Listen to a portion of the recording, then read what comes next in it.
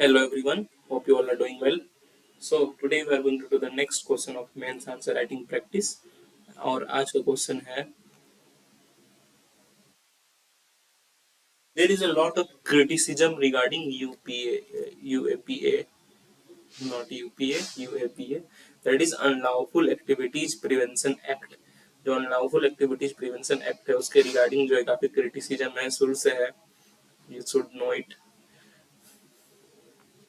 which can potentially be misused and violate the fundamental freedoms of citizens इसमें कहा जा रहा है कि वो potentially misuse किया जा सकता है और जो citizens के fundamental freedoms है उसे भी ये violate कर सकता है सो ये रही आज की क्वेश्चन और आप सब देखेंगे कि हम कैसे अप्रोच करते हैं ऐसे क्वेश्चंस को अगर आपको इस क्वेश्चन के बारे में पता है तो मैं यही चाहूंगा कि आप खुद से इस क्वेश्चन को लिखें और लिखने के बाद हमारे इस वीडियो को देखें जिसमें कि आपको पता चल जाए कैसे अप्रोच करना है और उस वीडियो के हेल्प से आप सेल्फ इवेल्युएशन भी कर सकते हैं अपने आंसर्स का और अगर आप नहीं जानते हैं तो मैं चाहूंगा कि पहले आप वीडियो को देख लें और आपको किसी कारणवश से नहीं भी लिखना है तो भी आप इस वीडियो को देखें काफी हेल्पफुल रहेगा ये वीडियो आपको क्रिटिसिज्म क्या क्या है यूएपीए के आपको पता चल जाएगी और उसके बाद लेकिन आप लिखने का प्रयास जरूर करें वीडियो देख के ही सही आप लिखने का प्रयास करें क्योंकि मैं हर हमेशा कहता हूँ the more you right the more you improve जितना ज्यादा आप लिखेंगे उतना ज्यादा ही आप improve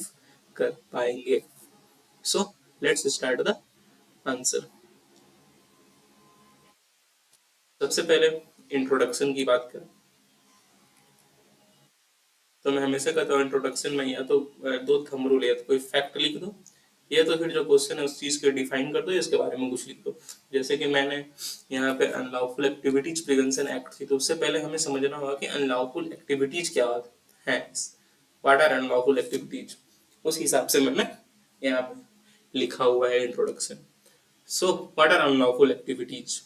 Any action to disrupt the any action to disrupt the territorial integrity and sovereignty of India.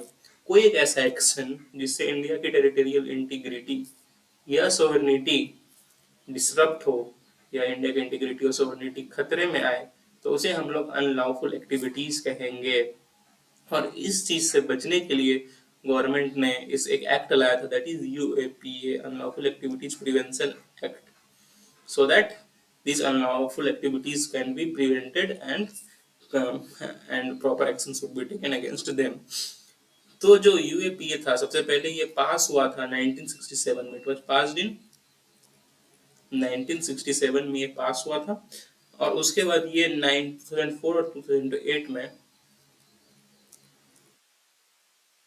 2004 and 2008 amendment के through it was modeled as an anti-terror law.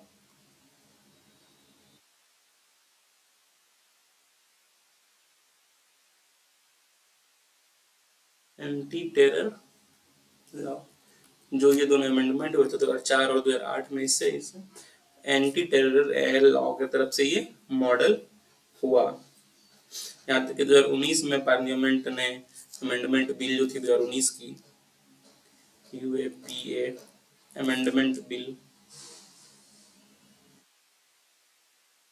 2019 amendment bill 2019 को भी क्लियर किया था इट वाज आल्सो क्लियर्ड और कुछ facts हैं जो मैं आपको बताना चाहूंगा let me do this first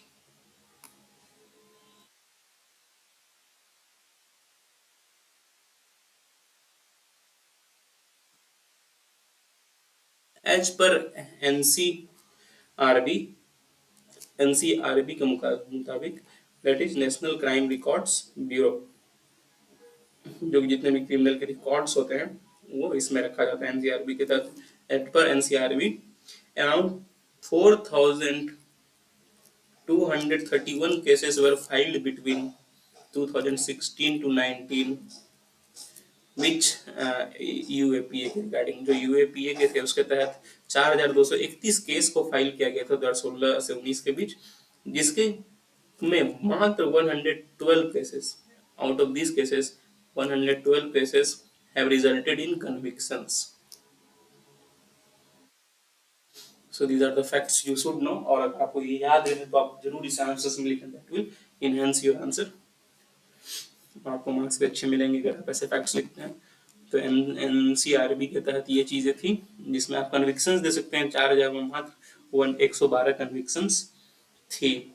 और जो फ्रीक्वेंट है ये सब देख सकते हैं 3 साल में कितनी ज्यादा ये यूज हुई है। तो फ्रीक्वेंट जो यूएपीए के यूजेस है, इससे ये साफ पता चलता है कि इसका मिसयूज हो सकता है।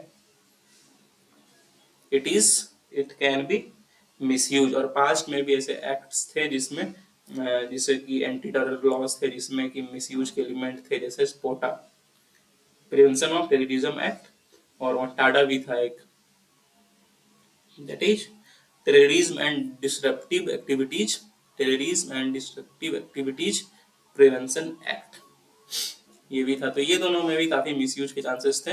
ये पुराने एंटी टेरर लॉज हैं, और अभी यूएपीए में भी काफी मिसयूज के चांसेस हैं।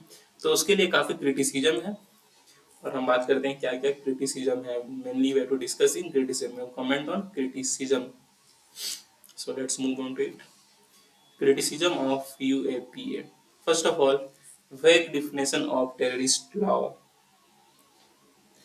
तो अगर आप यूएन की बात करें, तो यूएन की जो special rapporteur on protection of human rights and fundamental freedom है, एक यूएन की ये बॉडी है, that is rapporteur of on the protection of human rights and fundamental freedom. Simply आप समझे कि यूएन की बॉडी है, उसके हिसाब से और जो हमारी टेररिस्ट डिफिनेशन है उसमें थोड़ी सी डिफरेंसेस देखने को मिली है। हमारी जो डिफिनेशन है काफी वैग है, काफी ओपन है। जैसे कि हमारे डिफिनेशन में साफ साफ लिखा हुआ है कि कोई भी डेथ होता है, कोई भी इंजरी होती है, डैमेज होता है प्रॉपर्टी का, सो ये सब चीजें यूएपीए के अंदर आ जाएंगी, जो कि काफी वेग है। अगर किसी का डेथ, इंजरी या property damage, it can simply not be included in terrorism. हो सकता है वो मर्डर के चार्जेस भी हो सकता है वो अपने दुश्मनी से मर्डर किया हो, तो उसका मिसयूज करके अब उसे टेररिस्ट कर दिया जा रहा है। हो सकता है इंजरी किसी अलग अदर रीजन से हो, पर उसे अब टेररिज्म में ला सकता है। तो वेग डिफिनेशन है, ये डिपेंड करता है कि कैसे आप उसे लेते हैं, तो इसमें काफी मिसयूज के चांसेस रहते हैं। सेकेंडली, डिनायल ऑफ राइट्स, ये एक मेजर कंसर्न है। एक्चुअली मेजर प्रॉब्लम है यूएपीए के सेक्शन 43D5 का। Section 43D5, this is not S, this is 5। 43D5 में लिखा गया है ये चीज, इसके तहत जो है एक्यूज को बेल नहीं मिल पाती है। जो भी यूएपीए के अंदर एक्यूज बनते हैं उन्हें बेल नहीं मिल पाती है। अगर पुलिस ने चार्जशीट फाइल कर दी तो फिर उसके बाद उनका बेल मिलना काफी मुश्किल हो जाता है। और this is against the constitutional right of liberty. Bail नहीं मिलना ये ह्यूमन लाइबर्टी जो है, हमारे फ्रीडम में जो लाइबर्टी की बात की गई है उसके खिलाफ है। और अगर चार्जशीट फाइल करती है पुलिस ने, तो ये जो इसमें है 43D और 5 सेक्शन जो है ये यूपीए के अंदर, इस ये बेल को प्रिवेंट करता है, ये बोलता है कि बेल नहीं होनी चाहिए। So this is one of the major problem जिसमें डिनायल ऑफ राइट्स है, of liberty. Secondly, there is pendency of trial. आप जान के हैरानी होगी कि 95.5% केसेस अभी तक at the level of trial रहते हैं। ऑन एन एवरेज, ये on an average 95.5% cases on level of trial रहते हैं। और 5% केस ही जो कि साल एवरी ईयर, जो less than 5%, not also 5%, less than 5% case every year जो है वो ये तो कन्विक्शन होते हैं, ये वो खत्म होते हैं जब ट्रायल्स कंप्लीट होते हैं इसमें। So less than 5% cases trial complete होते हैं, और मोर देन 95%, 95.5% केसेस जो वो पेडेंसी है, मतलब वो धीरे चल रही है, अभी तक कंप्लीट नहीं हुई, मतलब ऑन एवरेज में बता रहा हूँ, कंप्लीट नहीं हो पाती है सही टाइम पे। तो इससे क्या होता है कि जब ट्रायल चल रहे हैं तो long under trial, in long under trial, imprisonment,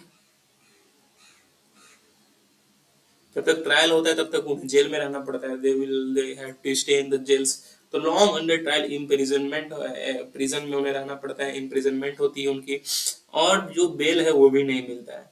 तो ये एक प्रॉब्लम हो जाता है पेंडेंसी, अगर आप बेल भी नहीं दे रहे हो और आप जल्दी से केस को ट्रायल को कंप्लीट भी नहीं हो पा रही है। So this is one of the major problems. Moving on, state over reach की प्रॉब्लम आती है, जिससे कि साफ पता चलता है कि इसमें जो है स्टेट को मोर पावर्स मिलते हैं देन द कॉन्स्टिट्यूशन। हाँ, मैं ये क्यों बोल रहा हूँ, क्योंकि जो कॉन्स्टिट्यूशन के आर्टिकल 21 है विच टॉक्स अबाउट लाइबर्टी, वो उसको कहीं ना कहीं अंडरमाइन हो जाती है, और स्टेट को यहाँ पे enough very much more power मिल जाती है, और ये वेग पावर्स देता है स्टेट को। स्टेट को एक वेग पावर्स मिल रही है, कोई डिफाइनेशन है नहीं, तो एक कभी कभी मिसयूज भी कर सकता है इसका state. So this is one of the major problem. Next, undermining federalism. क्या होता है इसके अंदर, जो स्टेट पुलिस है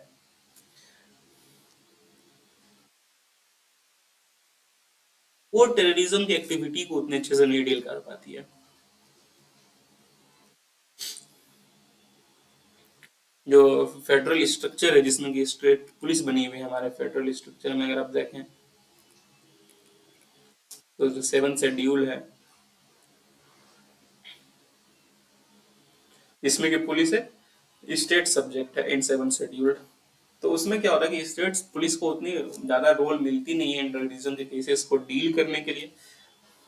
authority of state police in this cases are undermined, और ये अगेंस्ट फेडरल स्ट्रक्चर है। अगर फेडरल स्ट्रक्चर में चलना चाहोगे, अपने स्टेट पुलिस को वो स्टेट पुलिस बनाई है, तो आई थिंक टेररिज्म की जो पावर से डील करने की उन्हें मिलनी चाहिए, पर इसमें वो चीज नहीं मिलती है, तो it is undermining federalism. So these were some of the criticisms which I have dealt with, और काफी काफी बड़े क्रिटिसिज्म है, काफी बड़े बड़े चीजों पे क्रिटिसिज्म की गई है, और भी क्रिटिसिज्म हो सकते हैं। मैं चाहूंगा कि आप कमेंट्स करके बताएं। इन कमेंट्स करने से पहले तो आपका ब्रेन स्टॉर्मिंग की एबिलिटी भी बढ़ती है, और हमारे बीच एक इंटरेक्शन भी बढ़ता है। कमेंट करोगे तो हमें पता भी चलता है आप क्या क्या सोच रहे हैं आंसर्स के बारे में। सो ये जो क्रिटिसिज्म थी हमने उसकी बात कर ली। Now now let's just move to conclusion.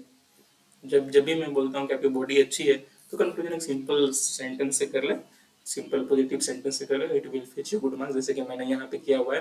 The state, judiciary, civil society, all stake holders needs to strike a balance between constitutional freedom and the imperative of anti terror activities. जो constitutional freedom है, जिसमें कि हमने article liberty की बात की थी, और जो एंटी टेरर एक्टिविटीज है, उसके बीच एक बैलेंस हमें बनाना होगा। A balance is need to be made, so the ताकि अच्छी फंक्शनिंग हो सके गवर्नमेंट की, और एक अच्छा, और जो एक्सेस पावर है गवर्नमेंट का वो भी ना मिले, और जो स्टेट का एक्सेस पावर है वो भी ना मिले, और जो अंडरमाइन हो रही है हमारी freedom, that is article 21 of liberty, वो भी ना हो। तो दोनों के बीच एक बैलेंस बनाना जरूरी है। So that is all for today. Please do like, please do share, please do subscribe. काफी मेहनत लगती है ऐसे वीडियोस को बनाने में, और अगर आप लाइक शेयर सब्सक्राइब करते हैं तो हमें मोटिवेशन मिलता है कि हम और भी ऐसे वीडियोस आप सबके लिए बना पाएं। That's all for today, have a nice day, thank you.